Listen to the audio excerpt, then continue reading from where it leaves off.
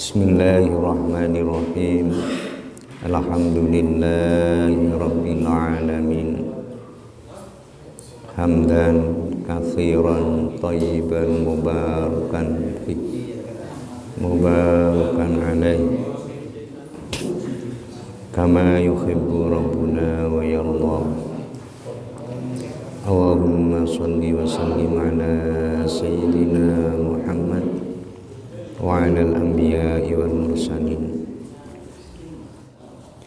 Qala al-musannifu rahimahullahu ta'ala wa nafa'ana bihi wa bi ulumihi fid dharaini amin. Bismillahirrahmanirrahim. Wa taftaqiru sihhatul iqrar ila thalathati syara'itah. Wa taftaqiru lan butuh sihhatul iqrari apa sae iqrar ngaku, butuh ila salasati syara'ita maring telu pira-pira syarat. Ahaduha utawi salah sijine salasati syara'it al-bulughu iku balil. Fala yasihu mongko ora sah iqrarus sabiyi apa iqrare bocah walau murahikon lan senajan iku marki balil walau biizni waliyihi lan senajan kelawan idini walini sobi. Wa taftaqiru sihhatul iqrar. Pembahasan kemarin bahwa iqrar, seseorang mengaku bahwa dirinya telah berbuat sesuatu atau dia mempunyai hutang pada orang lain. Pengakuan yang demikian itu dibenarkan oleh agama dan diterima, yang kemudian orang yang ngaku itu ada tuntutan sesuai dengan apa yang diakui dia.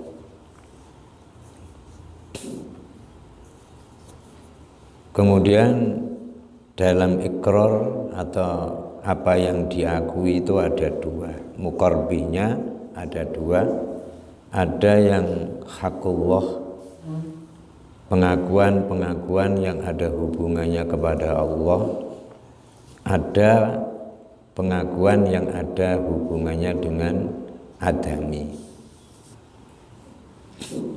Secara jelas kemarin kalau pengakuan itu berhubungan dengan hak adami, maka sudah tidak boleh ditarik kembali dari pengakuan. Tetapi kalau pengakuan itu ada hubungan dengan hakullah, hubungan kepada Allah, dan hubungan kepada Allah itu ada yang disebut al-mahdhi, murni, hubungan kepada Allah. Contohnya orang yang mengaku bahwa dia berzina, mengaku dia telah mencuri sesuatu. Itu dalam keterangan kemarin bisa ditarik kembali pengakuannya. Ada hubungan kepada Allah yang tidak bisa ditarik kembali, seperti orang mengaku bahwa dia punya tanggungan zakat, dia punya tanggungan membayar kafaroh. Nah, ini tidak bisa dicabut walaupun itu termasuk hakullah. Nah, orang-orang pengakuannya itu bisa diterima menurut syarat dan nanti ada tuntutan, tapi dibutuhkan sahnya pengakuan tersebut ada 3 persyaratan. Yang artinya tidak semua orang pengakuannya itu diterima menurut syariat. Salah satu dari 3 tersebut adalah harus sudah dewasa. Orang yang ngaku harus dewasa. Walaupun dewasanya karena keluar mani, atau karena haid, atau karena mungkin umur.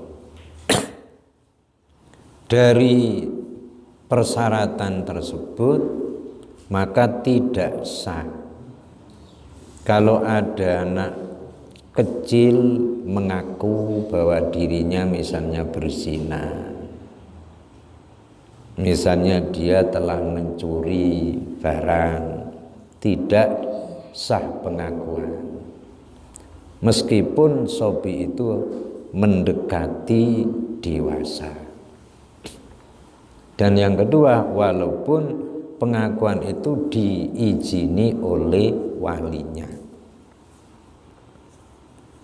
karena menjadi persyaratan. Bila syarat itu kan kalau tidak terpenuhi maka masrutnya kan berarti tidak ada. Jika ada syarat maka masrut yang dijanjikan maka akan ada. Karena tidak memenuhi persyaratan, syaratnya harus bulughh, maka berarti pengakuan anak kecil tidak dibenarkan menurut agama.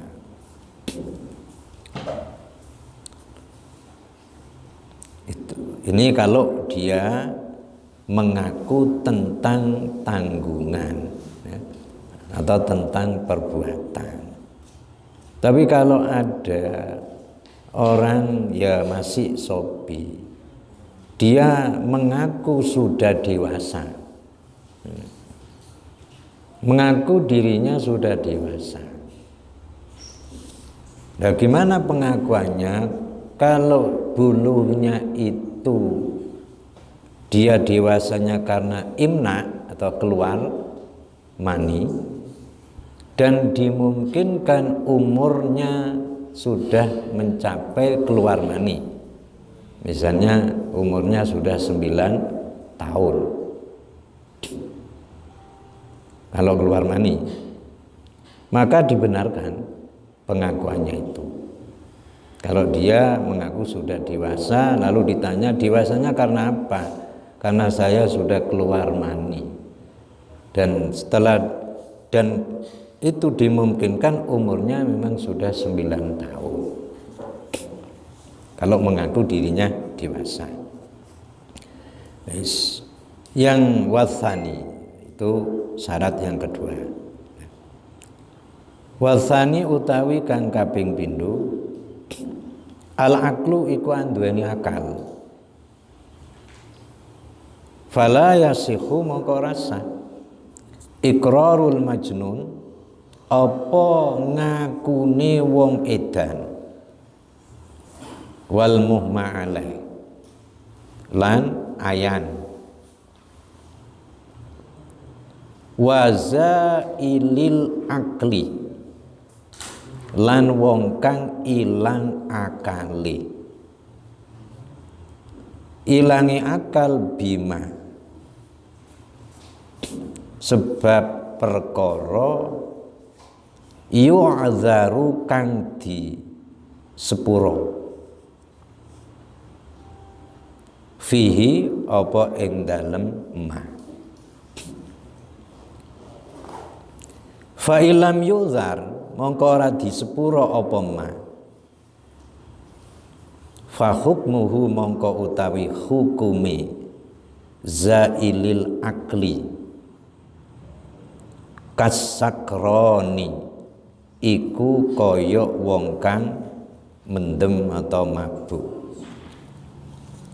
Syarat yang ketiga, orang bisa dibenarkan pengakuannya harus punya akal. Untuk itu orang gila, waktu gila mengaku dia pernah berzina, mengaku dia mencuri, atau mengaku dia punya hutang kepada orang lain, tidak dibenarkan, termasuk muhma alaih dan wazailil akli, walaupun termasuk zailil akli itu yang majnun ya, tapi ada tambahan wazailil akli, orang yang hilang akalnya. Tapi hilang akalnya itu sebab sesuatu yang dimakfu dalam agama. Sebab sesuatu yang dimakfu dalam agama. Contohnya dia minum obat, lalu kemudian hilang akalnya. Di waktu hilang akalnya mengaku berzina, mengaku mencuri, termasuk orang yang tidur, hilang akalnya. Walaupun kalau tidur itu bukan hilang akalnya, tapi hilang ketamyisannya, hilang kepintarannya. Waktunya tidur, dia ngaku istrinya dicerai. Lah itu kalau sebab adanya uzur. Ini ada yang sebagian ulama mengatakan ma ini juga ta'aluknya kepada majnun. Ya. Jadi ada majnun yang dimakfu, berarti ada majnun yang tidak dimakfu. Bima itu ada yang sebagian ulama menta'alukkan hanya kepada zailil akli, ta'aluknya hubungannya, ada yang memang semuanya ya majnun, ya muhma alaih, juga zailil akli. Kalau dita'alukkan ke semuanya, berarti orang gila itu ada dua macam. Ada gila karena dimakfu, ada gila karena tidak dimakfu. Atau kata lain, ada orang gila itu sengaja, ada orang gila itu tidak sengaja. Gila karena corona berarti tidak sengaja ya. Gila. Yes.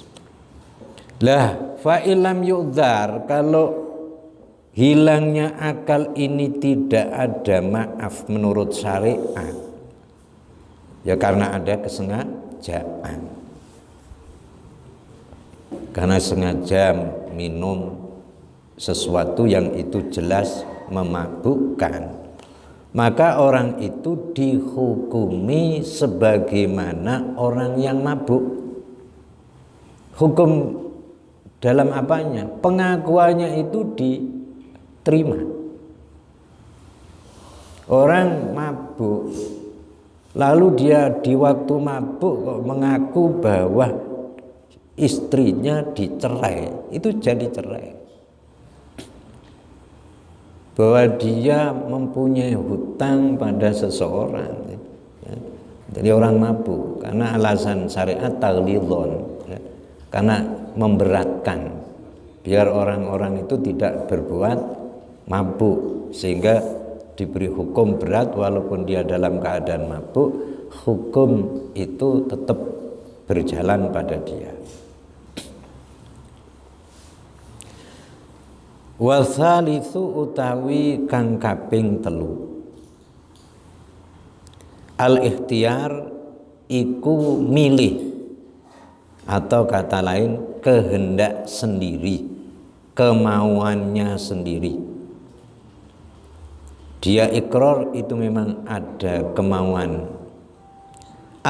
Fala yasihu, mongko ora sah ikraru mukrahin, apa ngakune wong kang dipeksa ngaku,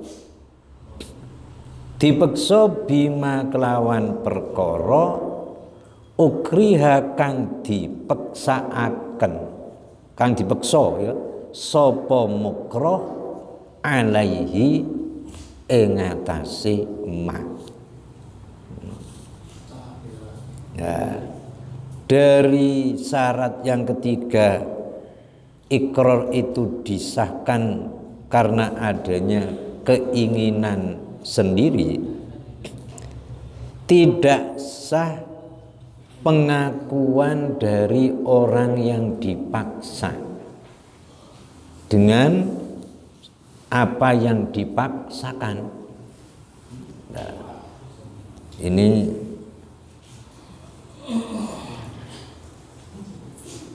barangkali ini yang apa yang terjadi pada orang-orang yang apa, yang mungkin dia tertangkap lalu dibawa ke kepolisian, disuruh ngaku,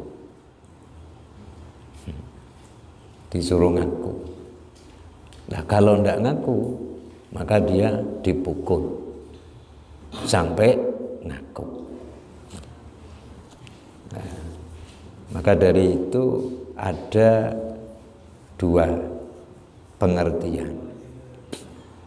Kalau dia dipaksa untuk mengaku agar dia mengatakan yang sebenarnya, maka dipukul itu tidak apa-apa.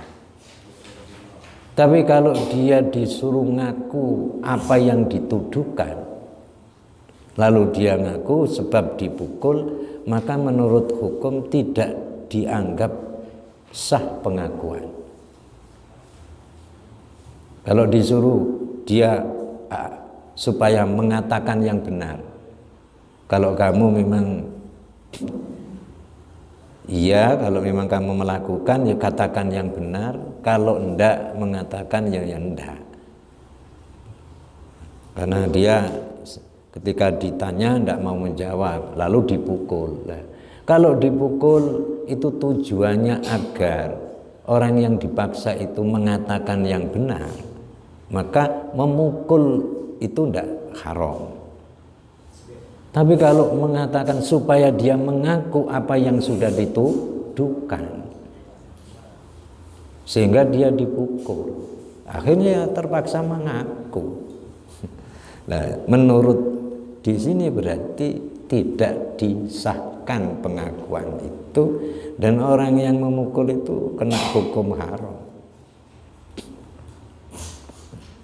Itu karena ngaku itu harus ada keinginan sendiri, tidak bisa dipaksakan aslinya. Kemudian apa boleh memaksa dengan cara sampai diancam dipukul? Boleh, tapi dengan syarat kalau itu tujuannya agar mengatakan yang benar, bukan mengatakan bukan kok mengakui apa yang dituduhkan. Wa in kanal ikrar bimalin, lan lamun ana apa ngakuni iku bimalin kelawan bondo, urusan hutang, urusan tanggung jawab, kalau itu yang diakui bukan urusan hakullah. Tu biro mongko diwilang-wilang fihi ing dalem al ikrar bimal syartun opo syarat rabiun kang kaping papat. Jadi ditambah, bukan syaratnya 3 tapi ada syarat yang keempat. Kalau yang diakui itu urusan harta. Wa huwa utawi syartun rabi ar-rusydu iku pinter. Wal muradu utawi kang dikarepaken bihi kelawan ar-rusydu kaunul mukirri iku anane wong kang ngaku mutlaqat tasarrufi, iku mutlak tasarrufi. Syarat yang keempat yaitu ar-rusydu ini khusus pengakuan dalam urusan harta. Tetapi yang dimaksudkan rusdu di sini, orang yang mengaku itu memang dia bebas dalam bertasarruf menurut agama, tidak dilarang. Karena menurut agama ada orang yang dilarang bertasarruf atau membelanjakan harta bendanya. Contoh safi. Safi itu ya golongan balil. Kalau baliknya balik, ya. Apa termasuk punya akal? Ya punya. Tapi ada sifat nyelenehnya sedikit, yaitu safi. Safi itu bukan ke orangnya bodoh. Safi dalam arti syariat kan orang yang telah membuang atau menasarufkan hartanya bukan pada tempatnya, digunakan kemaksiatan, itu bagian safi. Atau uangnya dibuang, punya uang 100 juta dari Bali Mantijane, kemudian dibuang, ditaburkan di tengah jalan, itu golongan safi. Kadang-kadang ya ada orang yang kaya tapi sifatnya safi.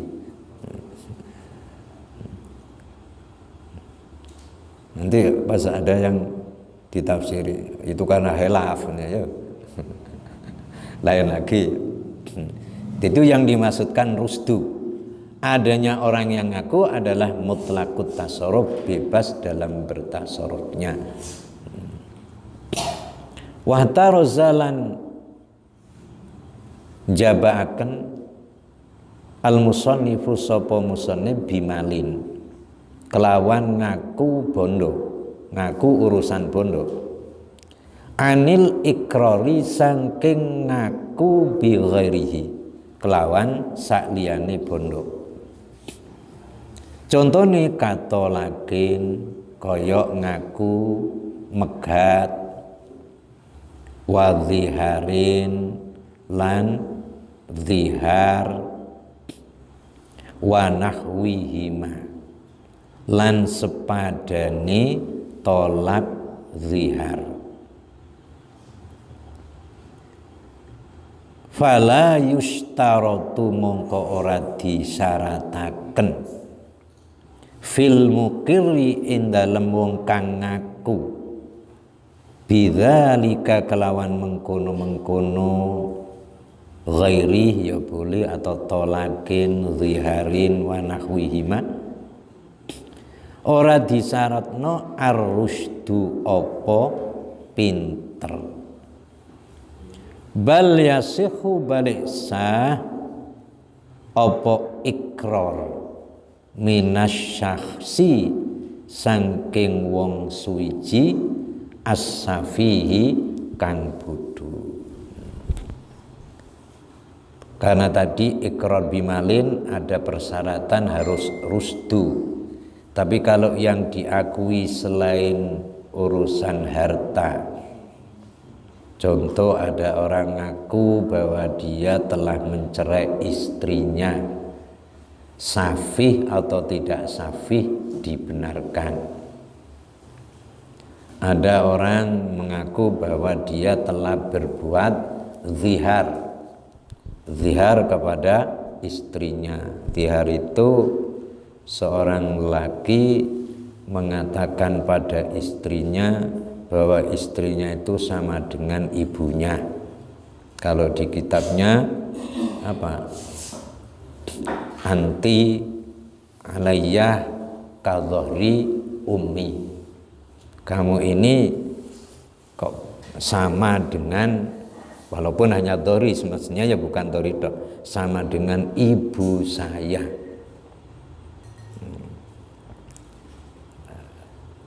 Kalau itu dijadikan sebuah tolak, maka disebut zihar.